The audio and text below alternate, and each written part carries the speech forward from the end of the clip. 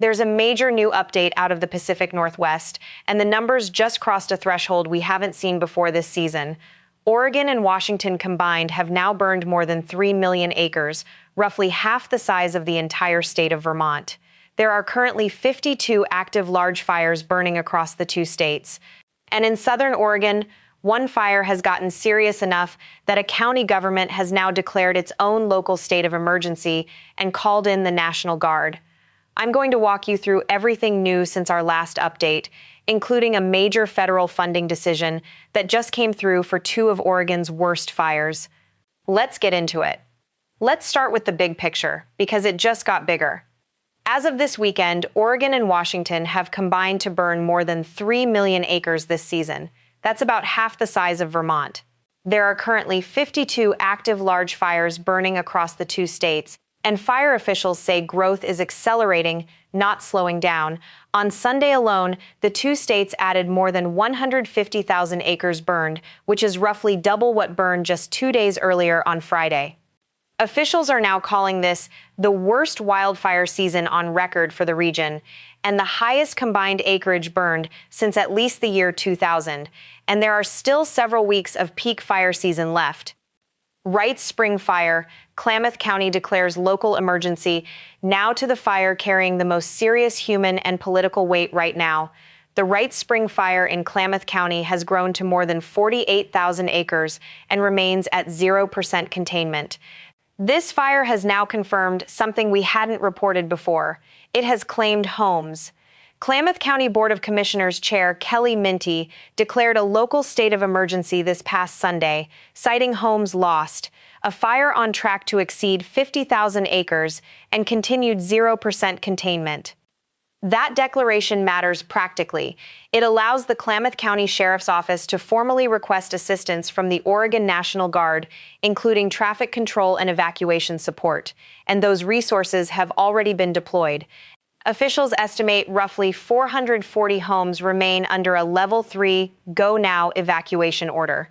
There's also a major new development on the funding side. On Sunday night, FEMA formally approved a fire management assistance grant for the Wrights Spring Fire, the seventh such federal grant issued for an Oregon wildfire this year. FEMA's acting regional administrator determined the fire posed a threat serious enough to potentially become a major disaster, citing danger to homes in Sprague River and Chelan, tribal lands, and the Oregon and California Railroad line running through the area. On the ground, fire officials did report one piece of good news Monday morning. Crews successfully built and held a containment line on the north side of the fire near Saddle Mountain. Structure protection resources continue arriving to reinforce that progress. This fire has already taken one life, dozer operator Jason Ensign, and officials are treating firefighter and public safety as the clear top priority as containment work continues. That same FEMA funding decision Sunday night wasn't limited to just one fire. The Hagen fire, burning in the Umatilla National Forest near Tollgate, also received its own fire management assistance grant approval, the sixth issued in Oregon this year. At the time of that request, the fire was threatening homes in Elgin and Tollgate, along with Oregon Route 204, which the fire has already forced closed. Two federal disaster declarations in a single night for two separate fires gives you a sense of just how serious this stretch of the season has become for Oregon. Turning to Washington, the Little Giant Fire remains the most resource-intensive fire in the entire region. It has burned more than 111,000 acres and is still only 2% contained. It jumped Lake Chelan earlier in the incident and continues burning on both shores simultaneously. An initial damage assessment has confirmed 26 structures destroyed, 2 homes, 3 cabins, and 21 outbuildings, with nearly 2,000 more structures still under threat. Chelan County Sheriff Mike Morrison has been candid about how difficult this fire has been to fight, citing limited valley access and reduced air support. Level 3 evacuation orders remain active on the north shore of Lake Chelan and through the Entiat Valley. The Spokane complex fires, Old Trails, Autumn Lane, and Fairview continue to be the most visible fire story in the region, simply because they broke out inside city limits. At their peak, roughly 65,000 people were placed under evacuation orders, and combined, the three fires have damaged or destroyed more than 900 structures, with the bulk of that loss, around 690 structures, coming from the Old Trails fire alone. Containment continues climbing, 61% on Autumn Lane, 43% on both Old Trails and Fairview. The criminal case against 37-year-old Aaron Farinacci, who faces 5 counts of first-degree arson connected to these fires, remains active with prosecutors. He's been charged. No conviction has been entered. If you're in Spokane or Stevens County, evacuation levels are still active in parts of the Mount Spokane Park Drive and Peone Road areas.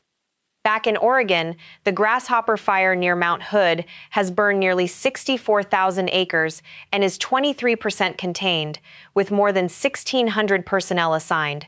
Containment lines along Highway 35 continue to hold, while crews focus on slowing the fire's push through the 5-mile and 15-mile creek areas to the north. Timberline Lodge and Government Camp remain open under a Level 1 Be Ready notice, not a mandatory evacuation, despite some reports circulating online. The Roe Creek Complex, south of Fossil, remains Oregon's largest active fire at roughly 364,000 acres and 76% contained, genuinely strong progress for a fire this size after weeks of sustained work. Beyond the fires we've covered in detail, there's a long list of additional large fires burning across both states right now, from the Big Grass Fire in eastern Oregon to the Ptarmigan, Three Queens, and Modrite fires in Washington, along with several fires burning inside North Cascades and Mount Rainier National Parks. With 52 active large fires currently burning across the 2 states combined, this list keeps growing by the day. We'll leave links to live incident trackers in the description so you can check the specific fire nearest you. Oregon's Department of Environmental Quality has active air quality advisories covering more than a dozen counties, from Baker and Klamath to Hood River and Wasco. In Washington, the National Weather Service in Spokane has issued similar advisories across central and eastern parts of the state, and smoke is expected to persist through this entire week. If you're in an affected area, stay indoors when air quality is poor, run your HVAC on recirculate rather than fresh air intake, and use a HEPA air purifier if you have one. If you have to go outside, an N95 or KN95 mask is genuinely useful, especially for kids, older adults, and anyone with asthma, heart disease, or another lung condition. There's no meaningful rain in the forecast for the Pacific Northwest over the next week to 10 days, and dangerous Cascade Gap winds are expected to keep fueling fire behavior through at least the next several days.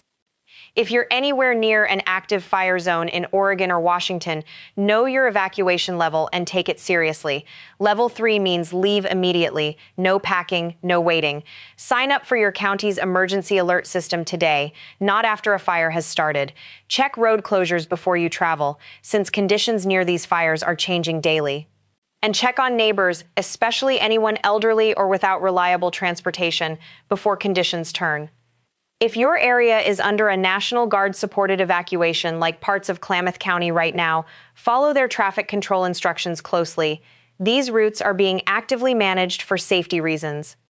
2 federal disaster declarations in a single night, a new county-level state of emergency, and 3 million combined acres burned. This remains one of the most serious fire seasons the Pacific Northwest has faced in decades, and conditions can shift significantly within a single day. We'll keep tracking every major fire and bring you the next update as new official data comes in. If this helped, subscribe and turn on notifications, and share this with anyone you know in Oregon or Washington. To every firefighter, dozer operator, and first responder on the lines right now, thank you. Stay informed, stay ready, and stay safe out there.